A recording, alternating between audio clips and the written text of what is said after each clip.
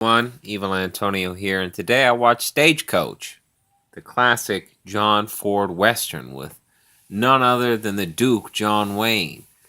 And unfortunately, I don't think this movie holds up very well in terms of modern day Westerns. And I know John Ford was this guy that was massively influential, and he's got a whole documentary about himself called Directed by John Ford, which is very good documentary because you get a lot of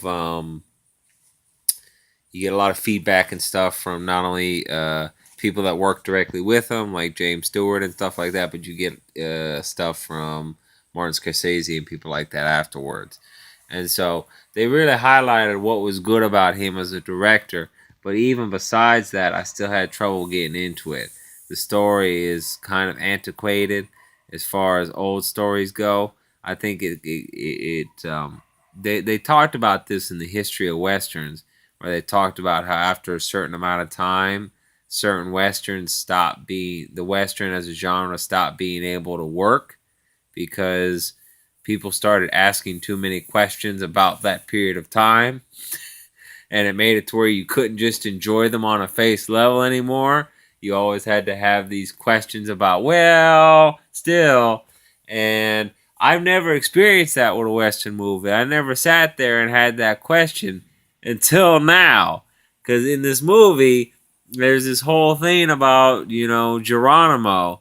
And they just portray him as a bad guy. He's like a coyote that's gone on the loose or something. And he's threatening to eat all the chickens and shit. And it's like, oh, you gotta watch your chickens. That Geronimo's coming around. That's literally how they describe him in the movie. And I know Geronimo is a freedom fighter and shit.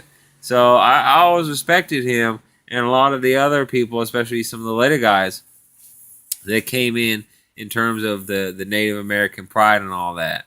Like the people that did the occupation Alcatraz and shit like that. I have a great respect for Native American freedom fighters, and so I just couldn't really enjoy that part of the movie, and so I kind of sat back listening to the conversation, and there's some convo here and there. It's some okay conversational stuff, but it doesn't really hit me that hard, it's just kind of flat for real.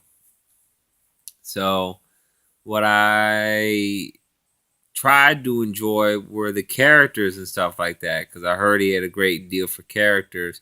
And some of the characters here are okay. They're all definitely unique characters within the scope of the film.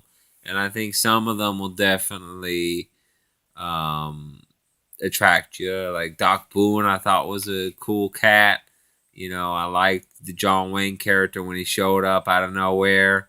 I liked, the tough as nails Marshall and the very goofy googly stagecoach driver. I liked the little characters.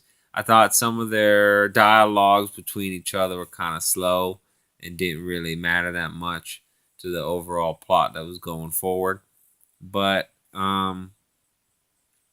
still, even with that, it's not enough to put the movie over the edge for me. I mean, the action is not super exciting. There's not a whole lot of action, actually. It's at the very last little end of the film, the very ass end of it. And the whole rest of it is watching a stagecoach fucking drive. And there is a little bit of tension in how he sets it up, because every single point he goes to on the stagecoach delivery, there's like a heightening of the tension of, okay, they haven't gotten hit by the Indians yet, but maybe they'll get hit now. And again, I can't really enjoy that on a face level because there's this whole thing about the Indians in their context of the movie, which doesn't really fit that well. But it's just, it's it's an okay movie, I guess. It's okay. And I'm probably going to get shit on for saying that, but I just didn't like it that much compared to the modern westerns or even the 70s westerns. So if I had to give it a rating, I'd give it like maybe like a 3 out of 5. It's decent. It's nothing that I'm going to go back and look at again. I might go back and check out some more John Ford films just so I don't unfairly drop this director off my radar because he's so influential within the context of American cinema that it's hard to do anything without him in terms of looking at a historical through line. I mean, shit, even Akira Kurosawa, to an extent, was influenced by John Ford. And so it's hard to talk about masters of cinema without bringing him up, in a sense.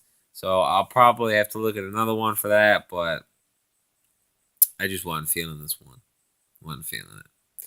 I'm watching Luke Cage right now, though. Not really feeling that either. So maybe I'll talk about that next time. Bye.